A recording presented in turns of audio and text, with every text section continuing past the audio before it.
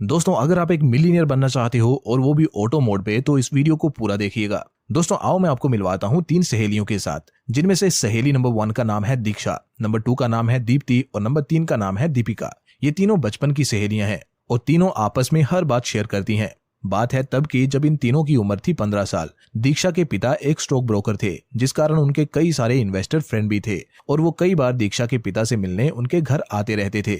उन इन्वेस्टर्स और दीक्षा के पिता के बीच अक्सर शेयर मार्केट और इन्वेस्टमेंट की बातचीत चलती थी, जिसे दीक्षा सुना करती थी। धीरे धीरे दीक्षा का भी इंटरेस्ट स्टॉक मार्केट में जागने लगा और उसने अपने पिता से इस बारे में डिस्कस किया। उसके पिता उसके इंटरेस्ट के बारे में जान के बेहद खुश हुए और उन्हें जितना भी नॉलेज था स्टॉक मार्केट का, उन्होंने दीक्षा को ट्रांसफर कर दिया। दीक्षा अब रेडी थी अपना इन्वेस्टमेंट करियर स्टार्ट करने के लिए, लेकिन उसने जरूरी समझा कि उसे ये नॉलेज अपनी सहेलियों यानी दीप्ति और दीपिका के साथ भी शेयर करना चाहिए, ताकि वो भी इन्वेस्टमेंट के महत्व को समझें और वेल्थ क्रिएशन के रास्ते पे चलें। इस थिंकिंग के साथ उसने अपनी दोनों सहेलियों को अपने घर बुलाया और उनसे बात करनी चालू करी। उसने कहा कि देखो, मेरे पास पैसे की तंगी से आजाद होने का एक रास्ता है। मैं तुम दोनों को भी उसके बारे में बताना चाहती हूँ, तो प्लीज मेरी बात को ध्यान से सुनना। उसने बस अभी इतना ही कहा था कि वो दोनों यानी दीप्ति और दीपिका बोल पड़ी। पैसों की तंगी? किसको है पैसों की तंगी? हमें तो नहीं है। अच्छी पॉकेट मनी मिल रही है, स्कूल की फीस का हमारे पेरेंट्स देखते हैं। तू किस बारे में बात कर रही है? हमें तो कुछ समझ नहीं आ रहा। तो ज्यादा ओवर स्मार्ट मत बन, जाके हमारे लिए चाय बना के ला। ये कह के उन्होंने दीक्षा की बात को बीच में ही काट दिया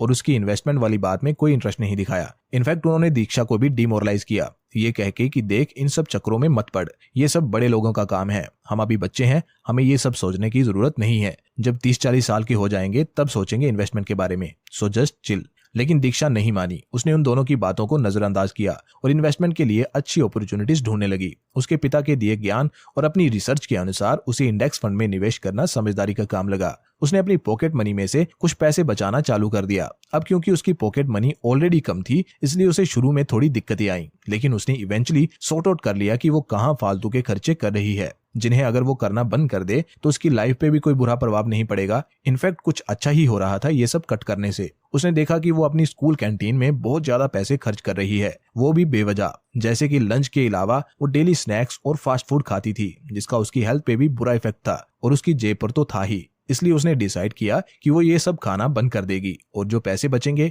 उन्हें इन्वेस्ट किया करेगी। डेली की 80 से 100 रुपए वो ऐसा करके बचाने लगी। और भी कई तरीके उसने लगाए पैसे बचाने के, जैसे कि जब उसके घर मेहमान आते और वापसी के समय उसे पैसे दे जाते, ये कह के कि लो बेटा खुद के लिए कुछ खरीद लेना, तो वो उन पैसों को कुरकुरे या लेस खाने में वेस्ट नहीं करती, बल्कि सेव करके अपनी गुल्लक में रख लेती। और जब थोड़े अच्छे पैसे उसकी गुल्लक में हो जाते तो उन्हें अपने बैंक अकाउंट में डिपॉजिट करवा देती। और ऐसा करके वो महीने के 3000 रुपए सेव करने लगी, जिनको कि देन उसने इंडेक्स फंड में इन्वेस्ट करना चालू कर दिया SIP के माध्यम से। यानी कि हर महीने ये पैसे ऑटोमेटिकली उसके अकाउंट से कट जाते और इंडेक्स फंड में इन्वेस्ट हो जाते। अब क्योंकि वो 15 साल की एक टीनेजर थी, इसलिए उसका मन थोड़ा चंचल भी था, जो कि उस उम्र में अक्सर होता ही है। इसलिए उसको अनुशासन बनाने में थोड़ी दिक्कत हो रही थी। कई बार उसका मन करता कि यार इस महीने की इन्वेस्टमेंट मैं रहने देती हूँ, लेकिन बिकॉज उसने प्रोसेस को ऑटोमेट कर दिया था SIP के जरिए, इसलिए हर बार SIP जीत जाती और उसका ये थॉट कि इस मंथ पैसे विड्रॉ करवा लेती हूँ हार जाता।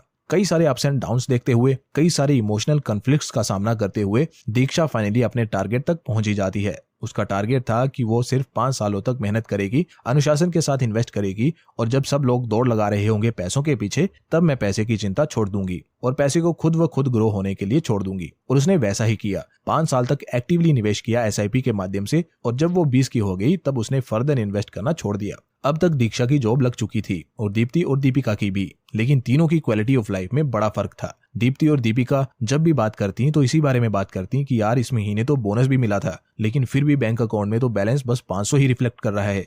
जबकि दीक्षा बात करती ट्रैवल की या फिर शॉपिंग की। वो पैसे का पूरा इस्तेमाल एंजॉय करने में करती और बहुत ही कम सेव करती इमरजेंसी या कोई और ऐसी सिचुएशन के लिए जिसमें उसे लिक्विड फंड की जरूरत पड़े। उसका ये केयरलेस एटीट्यूड देख के दीप्ति और दीपिका इस असमंजस में पड़ गई कि यार हमारी इतनी कोशिशों के बाद, इतनी कंजूसी के बाद भी हम लोग सेविंग की चिंता में रहती हैं और दीक्षा को देखो, इसे तो जैसे कुछ फिक्र ही नहीं है। पैसों के बारे में इतना ज्ञान देने वाली लड़की आज पैसे की चिंता ही नहीं करती। क्या हो गया है इसको? ये इसकी केयरलेसनेस है या फिर कुछ और? चलो इसी से पूछते हैं। वो दोनों जाती हैं और दीक्षा से बात करती हैं। वो कहती हैं कि यार हम तीनों की सैलरी सेम है, खर्चे भी सेम है, इनफैक्ट तू हम दोनों से ज्यादा खर्च करती है, तो तुझे पैसों की तंगी नहीं सताती? पैसों की तंगी? किसको है पैसों की तंगी? दीपिका उसी लहजे में कहती है जिसमें तब इन दोनों ने कहा था जब दीपिका इन्हें इन्वेस्टमेंट समझाने की कोशिश कर रही थी। हाँ ठीक है, नहीं है तुझे पैसों की दिक्कत, लेकिन हमें भी तो बता कि कैसे। दीपिका और दीक्षा कहती हैं तब दीक्षा कहती है कि मैंने आज से 5 साल पहले तुम दोनों से कहा था कि चलो इन्वेस्ट करते हैं, लेकिन तुम दोनों तो मानी नहीं थी, पर मैं इन्वेस्ट करती थी। मैंने 5 सालों तक हर महीने 3,000 रुपए इन्वेस्ट करे थे और अब मैं फ्यूचर के लिए सिक्योर हूँ। मुझे सेव करने की चिंता नहीं है। मेरे पैसे ही अब और पैसे बनाते रहते हैं मेरे बिना कुछ किए। इसलिए अब मैं जो कमाती हूँ उसे मजे से खर्च करती हूँ बिना फ्यूचर की चिंता किए। ये सब बता के दीक्षा चली जाती है।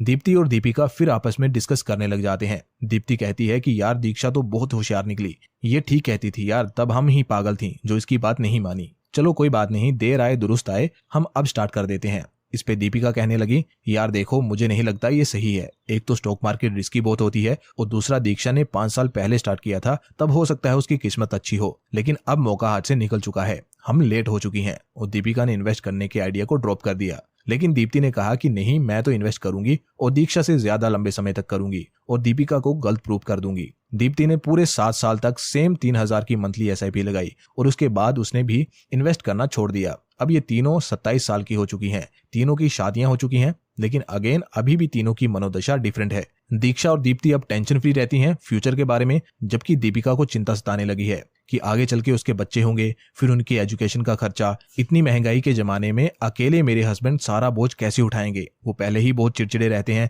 और मुझे टाइम नहीं दे पाते वर्कलोड के कारण, बाद में कैसे हैंडल करेंगे? ऐसा कैसे चलेगा? देन उसको भी रियलाइज होती है इन्वेस्टमेंट की इंपॉर्टेंस और वो दीप्ति के साथ कांटेक्ट करती है, उसे अपना दुखड़ा सुनाती है और कहती है कि यार मैं गलत थी, मुझे इन्वेस्ट करना चाहिए था, लेकिन अब मैं क्या करूं, अब तो मैं बहुत देर कर चुकी हूं। लेकिन दीप्ति ने उसे समझाते हुए कहा कि कोई बात नहीं, देर से ही सही तुम्हें एहसास हुआ है, तुम्हें थोड़ा ज्यादा समय तक इन्वेस्ट करना होगा तो तुम भी अच्छे रिटर्न ले पाओगी। दीपिका इन्वेस्ट करना स्टार्ट कर देती है और वो भी 3,000 की मंथली SIP से स्टार्ट करती है, लेकिन 5 या 7 साल के लिए नहीं, बल्कि सीधा 38 साल के लिए। इस माइंडसेट के साथ कि चाहे मैं सबसे लेट हूं, लेकिन मैं ज्यादा समय तक इन्वेस्ट करके ज्यादा वेल्थ बना लूंगी। 38 साल बाद अब तीनों 65 साल की हो चुकी हैं। दीक्षा ने सिर्फ 5 साल तक 3,000 रुपए हर महीने इन्वेस्ट किए और दीप्ति ने 7 साल तक। उसके बाद उन दोनों ने कभी भी दोबारा पैसे नहीं इन्वेस्ट किए। और दूसरी तरफ दीपिका ने 38 साल तक लगातार महीना दर महीना 3,000 रुपए इन्वेस्ट किए हैं। तो अब देखते हैं तीनों में से ज्यादा अमीर कौन बना है, किसने सबसे ज्यादा वेल्थ एक्यूमुलेट करी है। दोस्तों इस चार्ट को देखिए, इसमें नंबर 1 पे है दीक्षा विद कि उसने टोटल कितने पैसे इन्वेस्ट किए हैं। आप देख सकते हैं कि उसकी टोटल इन्वेस्टमेंट थी 1,80,000 रुपए। नंबर 2 पे है दीप्ति जिसने टोटल इन्वेस्ट किए हैं 2,52,000 रुपए। और फाइनली आती है दीपिका जिसने 13,68,000 रुपीज इन्वेस्ट किए हैं इन टोटल। और दोस्तों मैं एज्यूम कर रहा हूं कि इन तीनों ने सिमिलर इंस्ट्रूमेंट में इन्वेस्ट किया था और इनको 15% के एनुअल कंपाउंडेड रिटर्न्स मिले थे। अब मैं दोस्तों आपसे एक सवाल पूछता हूं, इन तीनों के इन्वेस्टमेंट अमाउंट को देखते हुए आपको क्या लगता है कि सबसे ज्यादा वेल्थ किसने एक्यूमुलेट करी होगी? आई नो ज्यादातर लोगों का आंसर दीपिका होगा। तो चलिए देखते हैं कितनी नेटवर्थ है दीपिका की। दोस्तों दीपिका की 38 साल तक 3,000 की SIP और इन टोटल 13,67,000 रुपए इन्वेस्ट करने के बाद उसकी वेल्थ बनी है लगभग 7 करोड़ रुपए। जो सबसे ज्यादा है या नहीं आपको जल्दी ही पता चल जाएगा। लेकिन अब जो सेकंड नंबर पे आ सकती है, नंबर्स जो बता रहे हैं वो है दीप्ति जिसने 7 सालों तक 3,000 रुपए की मंथली SIP लगाई थी और इन टोटल 2,52,000 रुपए इन्वेस्ट किए हैं। और दोस्तों दीप्ति की वेल्थ हुई है 9 करोड़ रुपए, जो कि 2 करोड़ रुपए ज्यादा है दीपिका की वेल्थ से। अगर आप इतने में ही हैरान हुए हैं तो दिल थाम के बैठिए, क्योंकि असली सरप्राइज तो अभी बाकी है। अब बारी है दीक्षा की जिसने सिर्फ 5 सालों तक 3,000 रुपए की SIP लगाई थी और इसने सबसे least amount of money invest किया था in total, which comes out to be 1,80,000 rupees. और अगर दीक्षा की वेल्थ की बात करें तो इसने एक्यूमुलेट करी है सीधा 14 करोड़ रुपए। है ना दोस्तों सरप्राइजिंग? सबसे कम पैसे निवेश करने के बावजूद सबसे ज्यादा वेल्थ बनाई है इसने। और दोस्तों यही है टाइम की पावर इन्वेस्टमेंट में। दोस्तों ये स्टोरी हमें कुछ बेहद ही इंपॉर्टेंट बातें सिखाती है, जो अगर आप भी जान जाते हो तो आप भी अच्छे इन्वेस्टर बन सकते हो।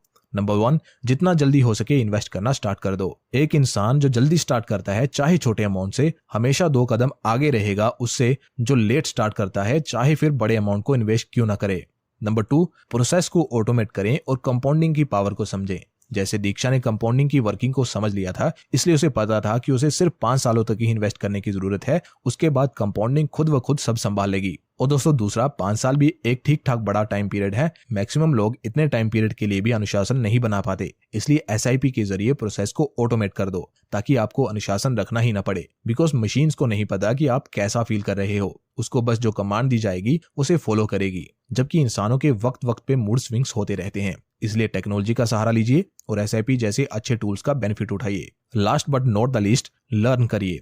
जिस भी फील्ड में आप सक्सेस चाहते हो उसके बारे में लर्न किए बिना यानी सीखे बिना आप कभी भी सक्सेस नहीं हो सकते। जैसे दीक्षा को उसके पापा ने इन्वेस्टमेंट के बारे में सिखाया और उसने खुद भी बुक्स वगैरह पढ़ के सीखा, इसलिए वो सही डिसीजन ले पाई और कामयाब हुई। वैसे ही दोस्तों, आप भी हमेशा लर्न करते रहिए। नॉलेज भी कंपाउंड होता है और ये लर्न करने से ही होता है। तो अगर आप इंटरेस्टेड हो सीखने में तो आप हमारा चैनल भी सब्सक्राइब कर सकते हो। हम यहाँ हर हफ्ते स्टॉक मार्केट और पर्सनल फाइनेंस के बारे में सिखाते हैं इजी लैंग्वेज में।